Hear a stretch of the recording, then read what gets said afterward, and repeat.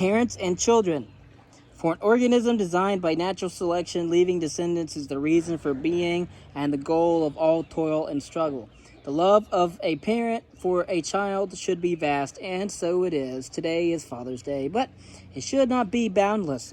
Robert Trivers discovered a subtle but profound implication of genetics for the psychology of the family. In most sexual species, parents bequeath 50% of their genes to each offspring. One strategy for maximizing the number of genes in the next generation is to pump out as many babies as possible, as quickly as possible. That is what most organisms do. I've been watching the birds on the front porch have birds and then have more birds and have more birds. But baby organisms, however, are more vulnerable than adults because they are smaller and less experienced, and in most species, the majority never make it to adulthood. Of course, if you look at most other animal species, the amount of time it takes for the newborn baby to develop is extremely small in comparison to that of primates such as ourselves. So all organisms therefore face a choice of allocating their time, calories, and risk in order to care for an existing offspring and upping its odds of survival, or cranking out new offspring and letting them all fend for themselves. And depending on details of the species ecosystem and body plan, either strategy can be genetically profitable. Birds and mammals have opted to care for their offspring, mammals by the extreme step of evolving organs that siphon nutrients from their own bodies and package them for their offspring as milk. Birds and mammals invest calories, time, risk, and bodily wear and tear on their offspring and are repaid in increases in the offspring's life expectancy.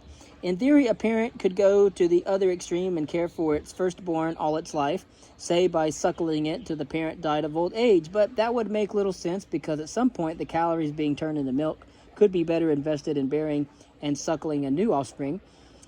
As the firstborn grows, each additional pint of milk is less and less crucial to its survival, and it becomes better and better equipped to find its own food. A younger offspring becomes a better investment, and the parent should wean the older one. A parent should transfer investment from an older child to a younger one when the benefit to the younger exceeds the cost to the older. The reckoning is based on the fact that the two children are equally related to the parent, but these calculations are from the parent's point of view. The first child sees it differently. He or she shares 50% of its genes with its younger sibling, but shares 100% of their genes with themselves. As far as he is concerned, or she is concerned, the parent should continue to invest in them until the benefit to a younger sibling is greater than twice the cost to him. The genetic interests of the parent and the child diverge. Each child should want more parental care than the parent is willing to give, because parents want to invest in all of their offspring equally relative to their needs, whereas each child wants more of the investment for themselves. And I will talk again later about siblings. We'll talk about brothers and sisters and things of that nature. How at one where they're vying for power. And whether it has to do with affection, whether it has to do with attention, and things of that nature. The intention is called parent-offspring conflict, of course. In essence, it is called sibling rivalry in common culture. Siblings compete amongst themselves for their parents' investment, whereas the parents would be happiest if each accepted a share proportional to his or her needs. But sibling rivalry can be played out with parents as well. In evolutionary terms, the only reason a parent withholds investment from one offspring is to save it for future ones. An offspring's conflict with its parents is really a rivalry with unborn siblings. A tangible example is weaning conflict. The calories a mother converts to milk are not available to grow a new offspring, so nursing suppresses ovulation. At some point, mammalian mothers wean their young so that their bodies can prepare for bearing a subsequent offspring. When they do, the young mammal puts up a holy stink, hounding the mother for access to the teat for weeks or months before acquiescing. When I mentioned the theory of parent-offspring conflict to console a colleague whose 2-year-old son had become a pest after the birth of a younger brother, he snapped, "All you are saying is that people are selfish." Sleepless for weeks, he could be forgiven for missing the point. Clearly, parents are not selfish. Parents are the least selfish entities in the known universe, but they are not infinitely selfless either, or every whine and tantrum would be music to their ears. And of course, the theory predicts that children are not completely selfish as well. If they were, they would murder each newborn sibling to free up all the parents' investments for themselves and would demand to be breastfed all of their lives. The reason they do not is that they are partly related to their present and future siblings. A gene that made a child murder his newborn sister would have a 50% chance of destroying a copy of itself, and in most species that cost outweighs the benefit of having one's mother's milk all to oneself. In some species, like spotted hyenas and some birds of prey, the costs don't outweigh the benefits. Some siblings actually do murder one another. A gene that made a 15-year-old want to nurse would foreclose an opportunity for his mother to manufacture new copies of that gene inside of viable siblings. Either cost would exceed twice the benefit, so most organisms have their siblings' interests at heart, though discounted relative to their own. The point of the theory, however, is not that children want to take or that parents don't want to give. It's that children want to take more than what their parents want to give. Parent-offspring conflict begins in the womb. A woman with an unborn child seems like a vision of harmony and nurturance, but beneath the glow, a mighty battle goes on inside of her. The fetus tries to mine the mother's body for nutrients at the expense of her ability to bear future children. The mother is a conservationist trying to keep her body in reserve for posterity. The human placenta is a tissue of the fetus that invades the mother's body and taps into her bloodstream. Though the fetus secretes a hormone that ties up maternal insulin, increasing the levels of blood sugar, which it can then skim off. But the resulting diabetes compromises the mother's health, and over evolutionary time, she has fought back by secreting more insulin, which prompted the fetus to secrete more of the hormone that ties up insulin, and so on until the hormones reached 1,000 times their usual concentration. The biologist David Haig, who first noticed prenatal parent-offspring conflict, remarks that the raised hormone levels are like raised voices, a sign of conflict. In a similar tug-of-war, the fetus increases the mother's blood pressure, forcing more nutrients its way at the expense of her health. The battle continues once the baby is born. The first decision of motherhood is whether to let the newborn die. Infanticide has been practiced in all of the world's cultures. In ours, killing babies is a synonym for depravity, one of the most shocking crimes imaginable, deplorable, detestable, and the like. Of course, one might think that it is a form of Darwinian suicide and proof that other cultures' values are incommensurable with ours. It is neither, however. Parents of all species face the choice of whether to continue to invest in a newborn. Parental investment is a precious resource, and if a newborn is likely to die, there is no point in throwing good money after bad by fledging or suckling it. And of course, there are parents that kill their kids because for them it's too much of an investment. The time and calories would be better spent on its litter mates or clutch mates and starting over with new offspring or waiting till the circumstances are better. Thus, most animals let their runtish or sickly offspring die. Similar calculations center to human infanticide. And of course, people that partake in such things in our society, of course, are put into prison. But in foraging peoples, women have their first child in their late teens, nurse them on demand for 4 infertile years, and see many die before adulthood. If a woman is lucky, she might raise 2 or 3 children to maturity. The large broods of our grandparents are historical aberrations resulting from agriculture, which provided substitutes for mother's milk. But in order to raise even a small number of children to adulthood, a woman has to make hard choices. Women in this world's cultures let infants die in circumstances in which the odds of survival are extremely low, when the infant is deformed, a twin, fatherless, or fathered by a man who isn't the woman's husband, and when the mother is young and so has opportunities to try again, lacks social support, had the infant soon after another child, is overburdened with older offspring, or in many other cases is otherwise in desperate straits, such as from a famine.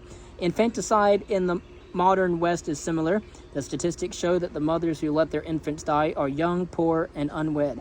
There are many explanations, but the parallel with the rest of the world is unlikely to be a coincidence. Infanticidal mothers are not heartless, and even when infant mortality is common, people never treat young life casually. Mothers experience infanticide as an unavoidable tragedy. They grieve for the child and remember it with pain all of their lives, and in many cultures, people try to distance their emotions from a newborn until they are assured it will survive. Of course, many today have abortions and such, and they carry that with them for the rest of their lives. Some have miscarriages and things of that nature. And so they may not touch, name, or grant legal personhood to a baby until a danger period is over, much like our own customs of the christening and the circumcision of the 8-day-old Jewish boy, for example. The emotions of a new mother, which would drive the decision to keep a baby or let it die, may have been shaped by these actuarial facts. Postpartum depression has been written off as a hormonal delirium, but as with all explanations of complex emotions, one must ask why the brain is wired so as to let hormones have their effects. In most of human evolutionary history, a new mother had good reason to pause and take stock. She faced a decision between a definite tragedy now and a chance of an even greater tragedy years hence, and the choice was not to be taken lightly. Even today, the typical rumination of a depressed new mother, "How would I cope with this burden?" is a genuine issue. The depression is most severe in the circumstances that lead mothers elsewhere in the world to commit infanticide, such as poverty, martial conflict, and single motherhood. The emotional response called bonding is also surely more sophisticated than the stereotype in which a woman is smitten with a lifelong attachment to her baby if she interacts with it in a critical window after birth, like the victims, for example, who became infatuated with the first person they saw upon awakening. But, of course, mothers appear to proceed from a cool assessment of the infant and their current prospects to an appreciation of the infant as a uniquely wonderful individual after about a week, to a gradual deepening love over the next few years. The infant is an interested party and fights for its interests with the only weapon at its disposal, cuteness.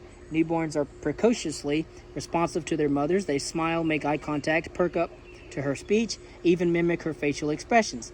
These advertisements of a functioning nervous system could melt a mother's heart and tip the balance in a close decision of whether to keep the baby or not. The ethologist Konrad Lorenz pointed out that the geometry of babies, a large head, a bulbous cranium, large eyes, low in the face, pudgy cheeks, and short limbs, elicits tenderness and affection.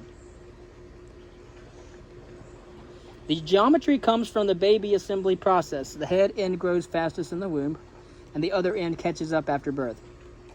Of course, babies grow into their brain and their eyes. Lawrence showed that animals with that geometry, such as ducks and rabbits as well, strike people as cute. In his essay, A Biological Homage to Mickey Mouse, Stephen Jay Gould showed that cartoonists exploit the geometry to make their characters more appealing. It is conceivable, then, that the genes exploit it as well, exaggerating the juvenile features of a newborn, particularly those that signal good health, to make it look cuter to its mother. Once a child is allowed to live, the battle between the generations continues. How could an offspring hold its own in the battle? As many people have noted, babies cannot fling their mothers to the ground and nurse at will. They have to use psychological tactics. A baby has to manipulate its parents' genuine concern for its welfare in order to induce them to give more than they would otherwise be willing to give. Since parents can learn to ignore cries of wolf, the tactics have to be more insidious. An infant knows its own condition better than a parent does because the infant's brain is connected to sensors throughout its body. Both the parent and the infant have an interest in the parents responding to the infant's needs, such as by feeding it when it is hungry and cuddling it when it's cold. That gives the infant an opening to elicit more care than the parent wants to give. The baby can cry when it is not so cold or hungry, or withhold a smile until it gets its way.